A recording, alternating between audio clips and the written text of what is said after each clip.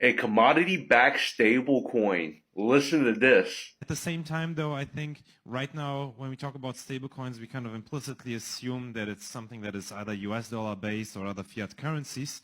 And I personally believe we might come back to the idea that Facebook had with Diem or Libra, because fiat currencies are also not necessarily the ultimate solution to having a stable store of value.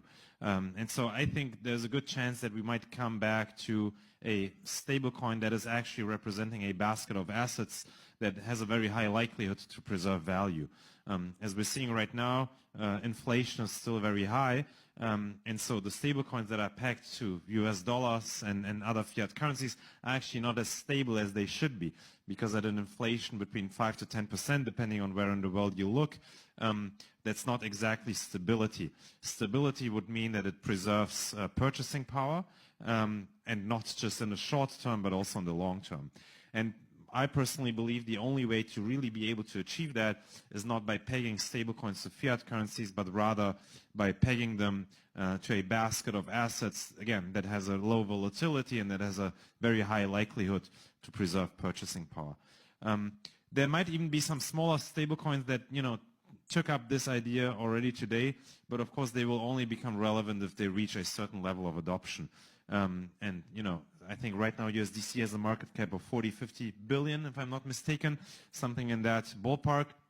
Even that is very small if you look at the payments volume, that is transacted through in the world. So I think once we're going to the trillions, and there will be, 3 or 4 dominating stablecoins that will not be fiat pegged, but will rather be represented by a basket of assets. I think this is kind of the end game.